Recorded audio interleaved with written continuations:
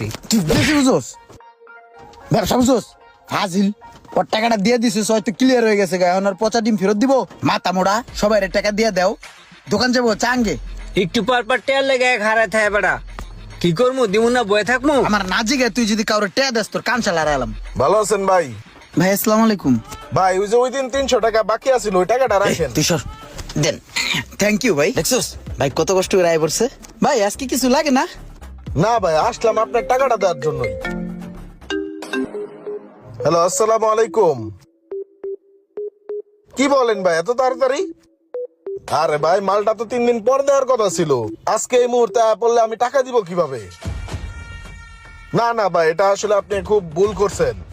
আচ্ছা ঠিক আছে রাখেন, আমি দেখতেছি। ভাই কি ভাই কোনো সমস্যা?